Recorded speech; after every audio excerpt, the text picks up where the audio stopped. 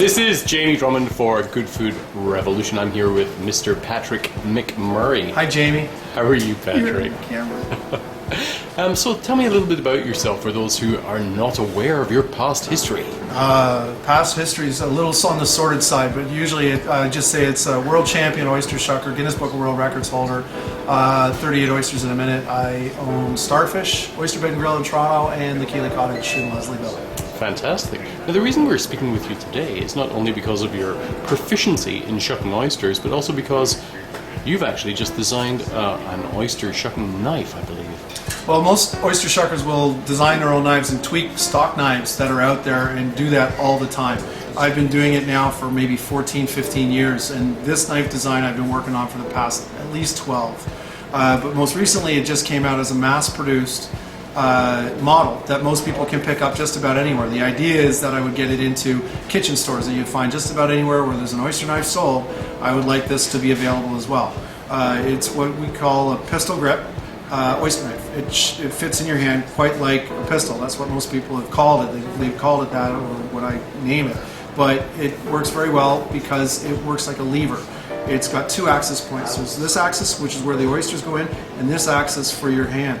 And that allows you to use less force to actually open up the oyster using a motion like a door lever rather than the door handle. Now, I'm always terrified when I'm opening oysters at home at a dinner party because I'm normally rushed. I've normally had a couple of glasses of wine. Really? And one of those, one of the kind of old school traditional oyster knives, which I've basically impacted into my hand upon actually so many occasions. And it's not the best thing to do before your dinner party guests arrive. So tell me how this new knife would actually help avoid all those pitfalls. First things first, you may get cut with any knife no matter what you do, so always keep your eyes on the oyster. That's the first thing I tell absolutely anybody. When you're looking at an oyster, always keep your eyes on it. Don't take your eyes off to talk to your friend or whatnot while you're trying to insert a blade into this very small, thin hinge. Always keep your eye on it. Second thing is when you've got better control of your knife, it doesn't spin in your hand like a traditional oyster knife has got a single axis like this, like a doorknob. This can spin in the hand. Oh yes. Yeah. Okay, so a lot of your brain power, even though you don't know it, is used for thinking about how am I going to hold on to this so it doesn't slip. If a slip initiates on the handle, it can translate into a cut hand. This does not spin. It can't because there's two axis points. Again, it's a 45-degree angle. It causes a lever. Less force is required to open up the oyster, but it's non-slip. It will not slip in the hand. It just sits in the hand quite comfortably. So when you're opening up an oyster, I was going through the hinge, which is at the back, the natural point where the teardrop shape of the oyster meets. That's where the hinge is. The oyster opens normally like this. Cup side down, cap side up. Cap is the flat part, cup is the cupped part on the table. And I put my hand over top, and I want to keep it contained so it doesn't wiggle around. So we've got the oyster set on the deck, and I want to put my hand over top of it so it doesn't wiggle around. Important that it doesn't wiggle. You got to keep it always tight. So so no slip can initiate from the movement of the oyster. Then you put your knife in the hinge. You can see it slip right in there quite easily, and you twist it back and forth while pushing forward. Now you're pushing forward like a screwdriver. You're not trying to shove it in. You're not trying to turn it all over the place. Just wiggling it in till it sets right about there. It should stick at the end of the knife. And then really you can use fingertip grip to open it up like this. 2 fingers, that's it. Because it's a lever. The lever is an easy way of opening up oysters. And so you open that up there. Now where it's attached to the top, scrape the top off, turn it, scrape the bottom, 2 cuts, away you go. First 50,000 are tough. After that it's a piece of cake. Now, I've seen some oyster shuckers wearing metal gloves before. Yes. Tell us the story behind that. I generally wear a metal glove because over the years I've put the knife through my hand 3 times. And the 3rd time I said, all right, I'm going to go for the glove thing. They're generally very expensive. They're $150 a piece, and my idea was to do a glove without fingers, take the fingers off, because the traditional glove also binds too much across the top and I don't get the dexterity. Without the fingertips, you actually get a perfect little movement. And this is where I usually get cut, or the stab wounds usually happen. And it works brilliantly.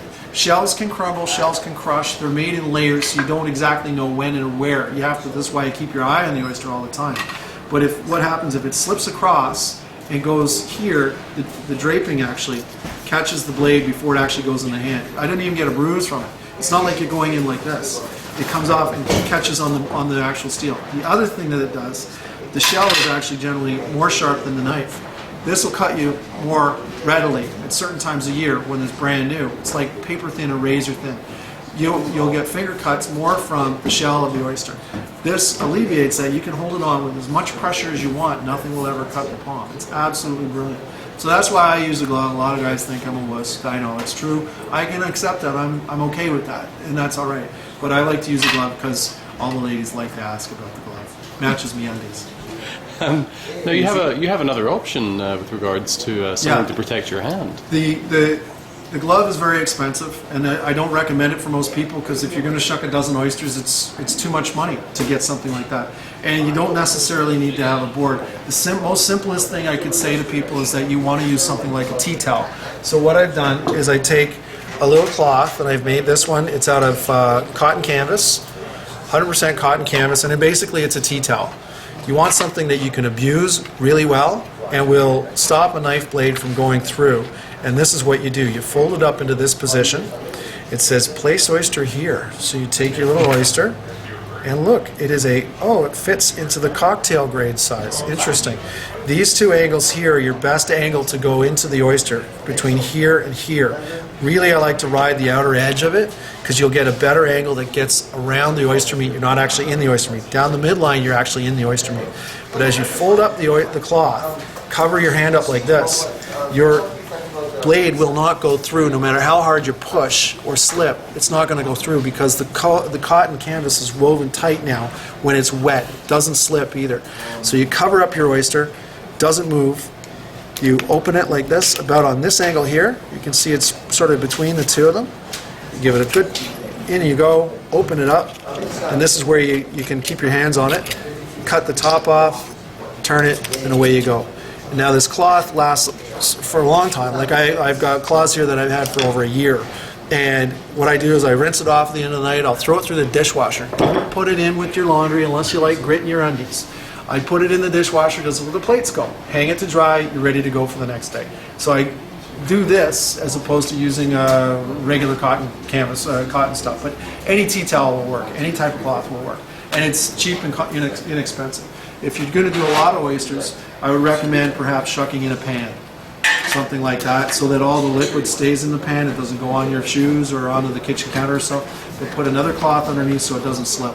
So you need two cloths type of thing. That's what I would recommend in a home style situation. So where could one find these new accoutrements from Shucker Paddy? Well, I have a website called shuckerpaddy.com, and that's a direct link to an e-commerce site that will be up and running very soon.